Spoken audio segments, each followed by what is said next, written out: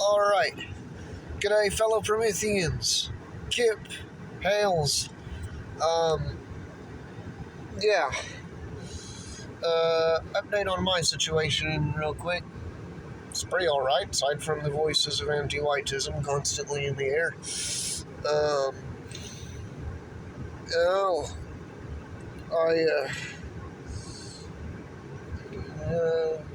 they're proud that they're pieces of shit and want to destroy us. But anyway, check out these awesome quotes. I finished the book Born Guilty by Jason Kuna, and God, it was awesome, man. There is so much to the Prometheus Rising parts in there, and I think I'll be quoting mostly from the Prometheus Rising parts, mostly. At the end, hopefully I'm not revealing too much of the book, but just awesome quotes I wanted to share. So I'll start with the way Prometheus takes care of Zushin.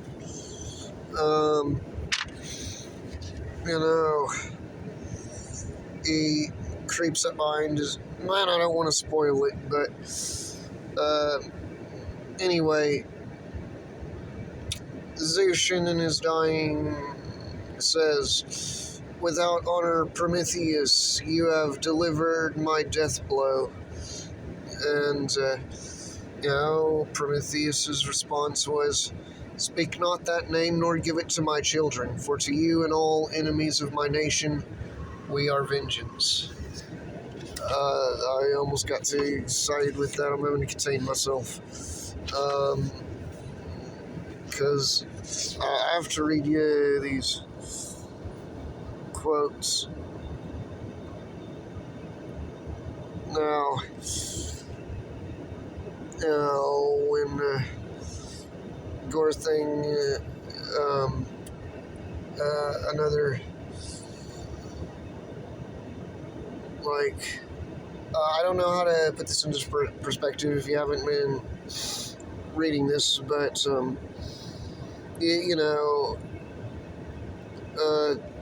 antagonist in the story is slain by Prometheus, but on his way to his death, he's begging and trying to trick him and attack him, and saying, "But you stand for these good principles, so you can't still stand by them and slay me." And so in response to, I've already revealed it, Gorthing, he says, "All that you said of me is true. I am a champion and defender of every principle of which you spoke, and yet above them I have enshrined another. For though they are undiminished, they come now second to the survival and triumph of the Promethean nation." Hell yeah. And, let's see. We have here in one of the scenes when you're talking to Jason, he says, "Don't run from the responsibility to do something with what you've learned. If you turn away now, the truth and the call to duty will always haunt you, revealing itself everywhere you go, mocking you.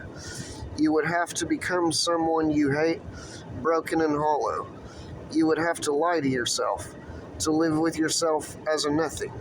But no matter how hard you tried, no matter what convoluted excuses or deceptive reasoning you used, you would always know you were lying, and in your waning years, you would remember yourself a coward.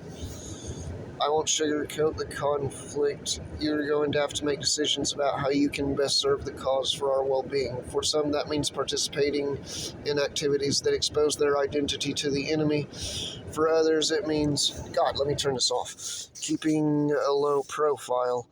if you keep a low profile, you have to do more than just agree with us. You have to donate your time, talents, and money to a greater extent than those who put their names and reputations on the line.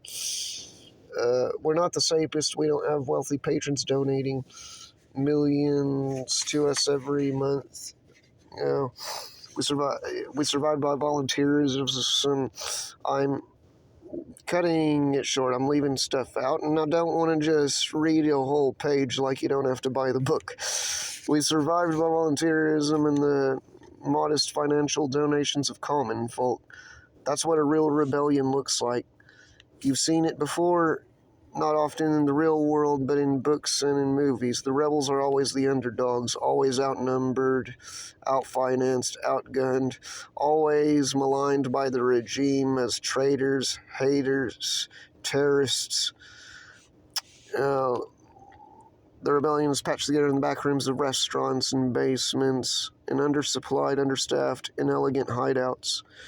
The regimes, and just a quick reminder, I'm not taking from the whole page, just skimming and reading where I pick up to you. The regime's mercenaries fight because, like dogs, they're ordered to fight. It's true what they say about the rebels' hardships. The rebel's pain is deeper than the mercenaries, but so too is his joy. So too is his passion, his courage, his love. The mercenary is alive, but the rebel lives. And, yeah, I agree with every one of these sentiments expressed in Born Guilty. I should have read this too. The rebel fights because his heart tells him to fight, because it's the right thing to do, because his victory is not only his own, but a victory for those he loves.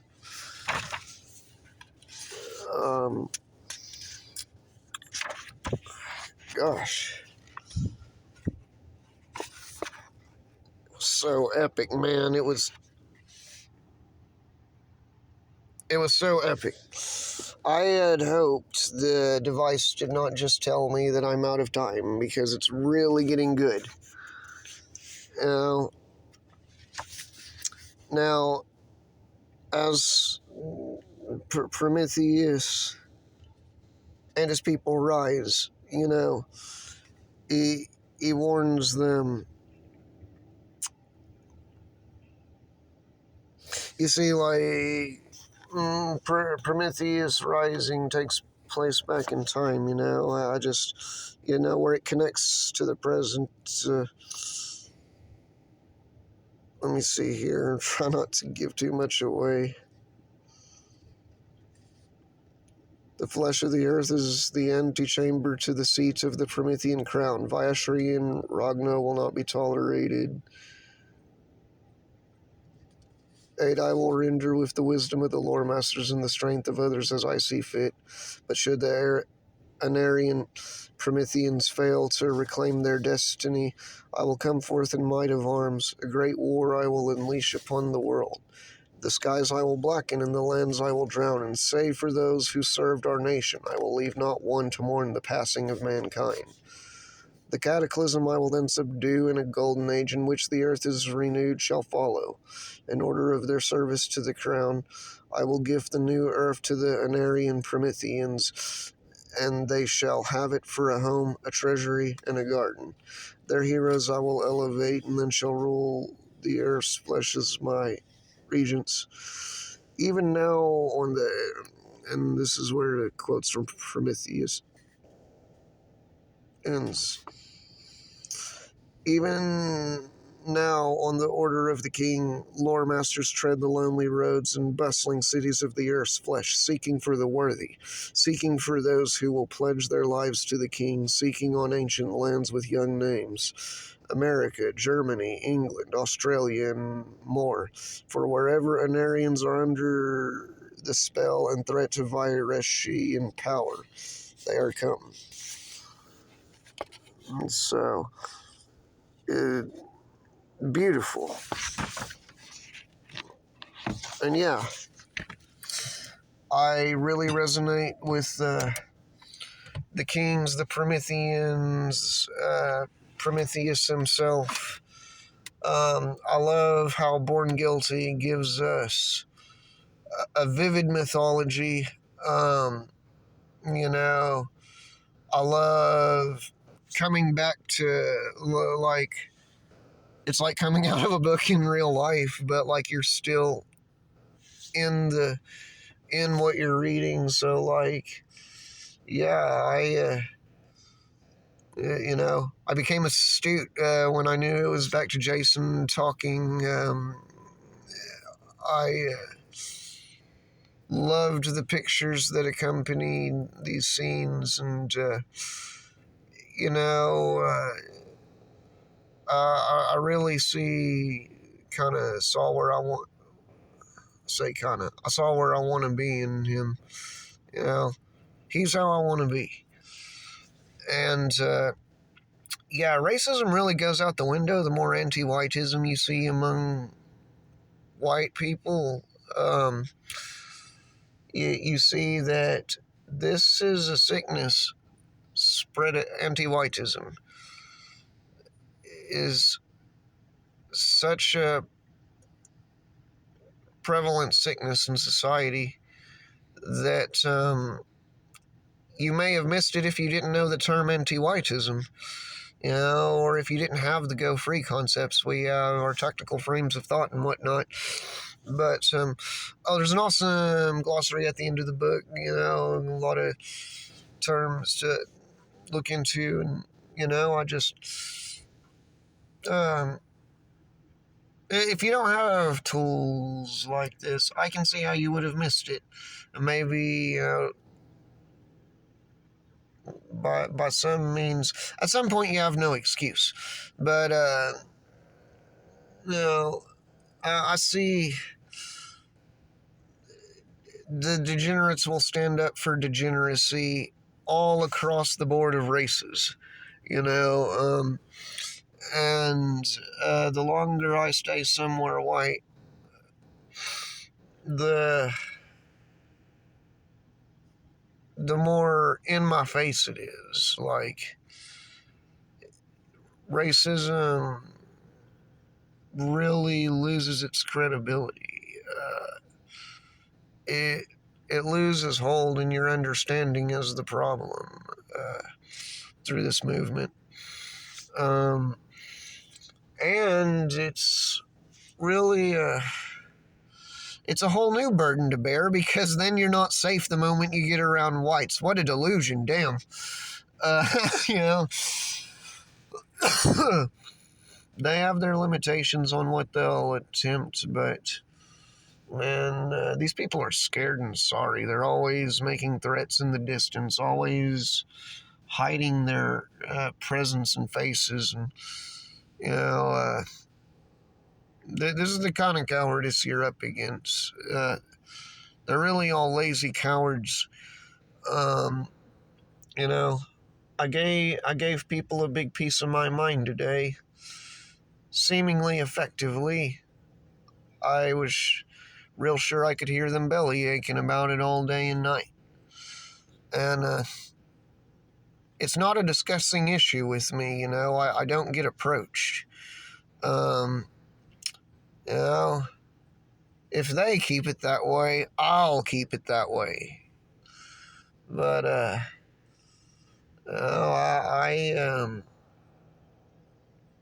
we're heroes, man. I'm not going to forget that. I'm not going to let people pretend. I'm not going to pretend along with people that I'm in the wrong, I'm the one who's doomed, because that's all they've got to say to you. And they don't even have that. Eventually, all they have to say is that they're just going to hurt you and your people. Like, they're just going to, And they'll say they're anti-white. Or that could be me recover. The voices go away with the people voices, I mean, shit, this is part of the recovery process, man. See what my mind does as I appear to be somewhere I can recover with uh, points of leverage I didn't have before. Uh, I just, yeah, keep exercising and filling my mind with pro-white. But yeah, like it says in More Than Guilty, you can't forget, you can't become unaware and just retreat to vices or clout. That's, if you're a man, you can't do that. We don't have that around here. I'm sorry to say, but they like their drugs and they like to make threats that they would carry out if I didn't have the fighting spirit. Or I don't know. Just my spirit makes me very unapproachable to opposition. Even though um, I can be talked to, nobody wants that. They can't hold up under real scrutiny. Um, and yeah, uh, my bloodthirst for their demise remains unquenched. But I got me some satisfaction expressing myself today. And it won't be forgotten. See how that goes. I expect to be left alone at home. Because that's what the fuck home is for, you know? So if I have to fight for that, so be it, you know? I don't care what kind of war zone I'm in. I've been on this rodeo, but having a clear idea of what I'm fighting, not only a clear idea, but understanding, like, it's very easy to feel like black people are the problem when you're forced to live around poor black people who put themselves in a life that they're miserable with and want to, by any means, try to assuage it with your victimization. Like, it's very easy then, and I think almost impossible not to. Uh, but yeah, that whole grass is greener on the other side crap. It is greener, man. There's still more peace out here. But these anti-whites are just white, so they just don't feel all the same permission, and I don't have to live compartmentalized with them. No telling what shit they'd be pulling then. But well, we have brackets instead, oh, I don't trust these people, and I shouldn't. Uh,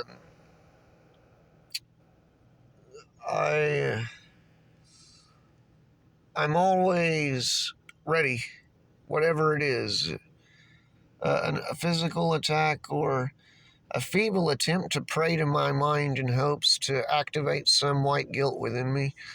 They're really praying to you when they do that. Because we represent change that they don't want to see. Accountability. Change like that. And it just makes me sick because, some of these guys used to be some extremist or another, or, some kind of tough guy or another according to themselves. Or whatever.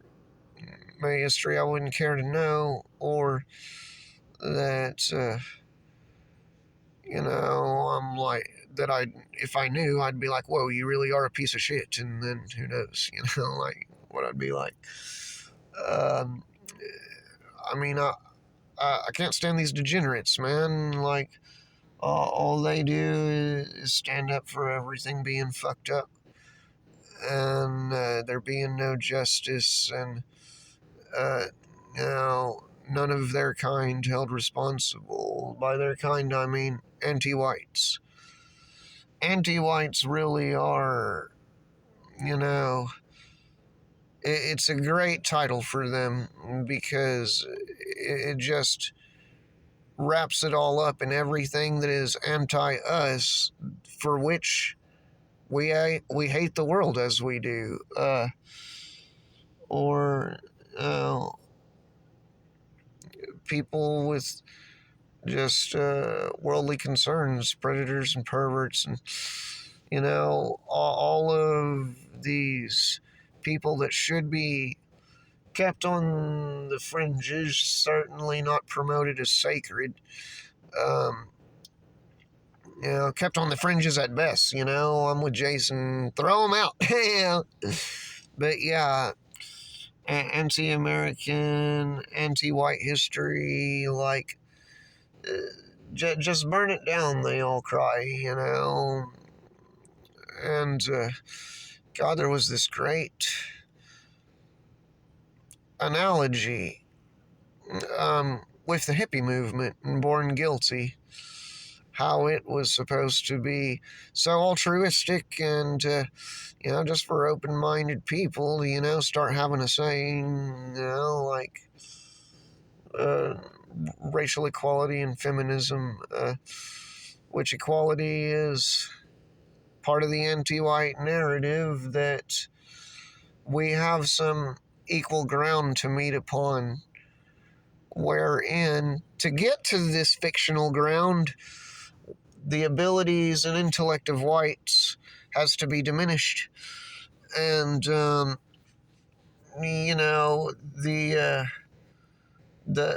little efforts of any extent, great or not, of non-whites are to be exalted, held as society standard, and just like however anti-white it is, or however much it takes from a system in which you're supposed to win by merit, they just are supposed to win because they're not white, or because they don't align with our principles, respect for privacy and property, respect for law and why it's there, and I have a lot of respect for those things, and I'll gladly die for them. You know, on the altar of Western kind, I'll sacrifice anything. And I hope you will too, because, you know, that's who I'm really talking to. Uh, that's who I feel solidarity with. And if people and things have to go, so be it. If status depletes, or having to start over, if that's in your shit, I may have to start over any day. Like, that's just what we count on. And Jason goes over that really well in his meetings with you in Born Guilty. Awesome book. After finishing, I'm just filled with it, just filled with the spirit of Westman and Western kind. And yeah, I will push us forward by any means. There's just, what to do next. Well, I knew I could make another video, so, like, I don't know how organized I look, but I just tore the top of, like, a pack of rolling papers to little pieces to mark places in the book, to quote to y'all, because I had them in mind to share. And there's so many places that should be marked. Like, it's just filled with white Western bio-spiritual treasure. Yeah. So I am now in pursuit of the next steps. And, you know,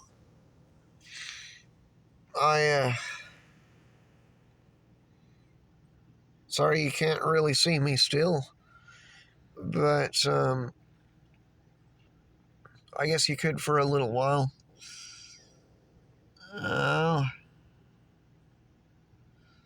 Just stay you, stay white, keep it Promethean, and, yeah, hails. Promethean hails.